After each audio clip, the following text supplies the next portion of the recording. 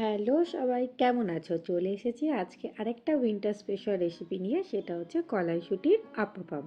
এখন যতক্ষণ মার্কেটে কলাই আছে ততক্ষণ কলাই দিয়ে নানা রকম রেসিপি তোমরা চটপট বানিয়ে ফেলো। কলাইশুঁটির কচুরি পরোটা প্রায় সবাই ঘরে ঘরে বানিয়ে থাকে।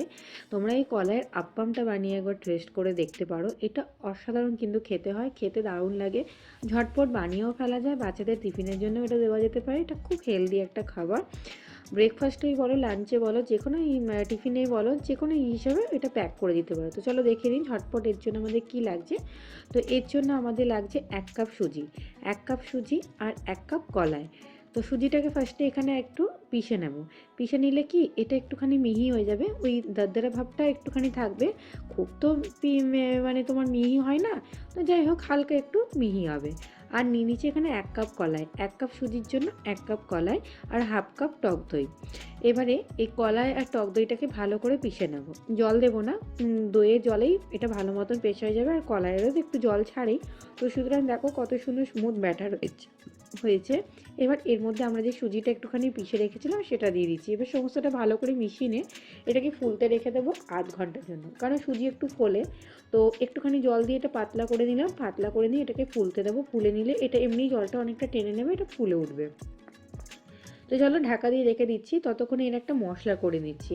তো তাতে খানিকটা একটু তেল দিয়ে দিলাম কড়াই, ওই 1 চামচের মতন। এবার এতে ফোড়ন দিচ্ছি সর্ষে, শুকনো লঙ্কা আর কারি পাতা, একটু হিং ফোড়ন দিয়ে দেবো। যখন ফোড়নটা থেকে গন্ধ বেরোতে শুরু করবে তখন তার মধ্যে বাকি সবজিগুলো অ্যাড করব।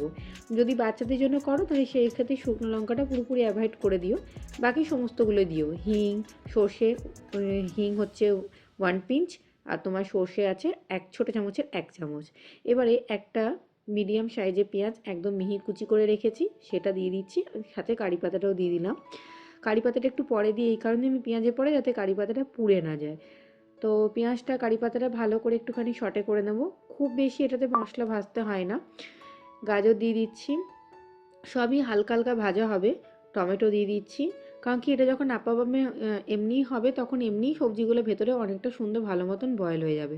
ক্যাপসিকাম দিয়ে দিচ্ছি, সমস্ত সব 1 চামচ করে আছে। একটু লঙ্কা কুচি দিয়ে দিচ্ছি, একটাই লঙ্কা আমি কুচিয়ে রেখেছি। একটু স্বাদ মতো নুন দিয়ে দিচ্ছি, জাস্ট সামান্য একটু লঙ্কার গুঁড়ো দিয়ে দিচ্ছি, সামান্য একটু গোলমরিচ দিয়ে দিচ্ছি জাস্ট টেস্টের জন্য। এই দুটো না দিলেও চলে, তাতেও কিন্তু খেতেটা অসাধারণ লাগে। তো হাই ফ্লেমে সবজিটাকে একটু ভাজা ভাজা করে নিচ্ছি, আর একটু ধনেপাতা দিয়ে এটাকে আরেকবার হাই ফ্লেমে একটু ভাজা ভাজা করে নিয়ে বেশ নামিয়ে নেবো। বেশি কিন্তু এটাকে ভাজবে না, তাহলে ক্রাঞ্চি ভাবটা চলে যাবে। আর ওই মিডিয়াম টু হাই ফ্লেমে রেখে কিন্তু এটাকে ভেজে নেবে। তো দেখো কত সুন্দর সুজিটা ফুলে উঠেছে। এবার এই যে মশলাটা করে রেখেছিলাম সবজি, সেটা এর মধ্যে দিয়ে ভালো করে মিশিয়ে নিয়ে আবারও 5-10 মিনিট একটু রেখে দেবো। তো বেশ ভালো মতন ফুলে উঠেছে, টাইট হয়ে গেছে। এবারে এর মধ্যে আমি অ্যাড করে দিচ্ছি 1/4 টিস্পুনের মতন বেকিং সোডা। তোমরা এর জায়গায় ইনোও দিতে পারো। তো সোডাটা দিয়েই আমরা ঝটপট এটা আপ্পা মেকারে দিয়ে দেবো। দিয়ে এটাকে একদম লো ফ্লেমে 5 থেকে 10 মিনিট এটাকে কুক করে নেব, বেক করে নেব। তো খুব সুন্দরভাবে এপিট ওপিট একদম ব্রাউন হয়ে গেলে, সমস্তটা ভালো করে পেকে গেলে, মানে সেদ্ধ হয়ে গেলে, তখন আমরা এটাকে নামিয়ে সসের সাথে বলো, যে কোনো চাটনির সাথে বলো, একদম গরম গরম পরিবেশন করব। খুব সুন্দর খেতে লাগে, চাটনির সাথেও, যে কোনো চাটনির সাথেও ভাল লাগে, মেয়োনিজের সাথে খেলেও খুব ভাল লাগে। তো দেখতেই পেলে শীতকালের একদম কলাই দিয়ে একটা সুন্দর নতুন রেসিপি বানানো গেল, কলাই আপ্পাপাম।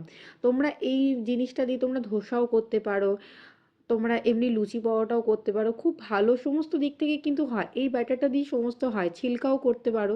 তো আমি আপ্পাপাম বানালাম, দেখো কতটা সফট হয়েছে, কত সুন্দরভাবে ভেঙে আছে।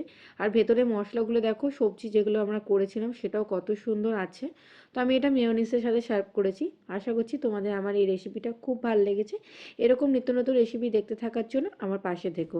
তো চলো টাটা, দেখা হবে নতুন কোনো ভিডিওতে।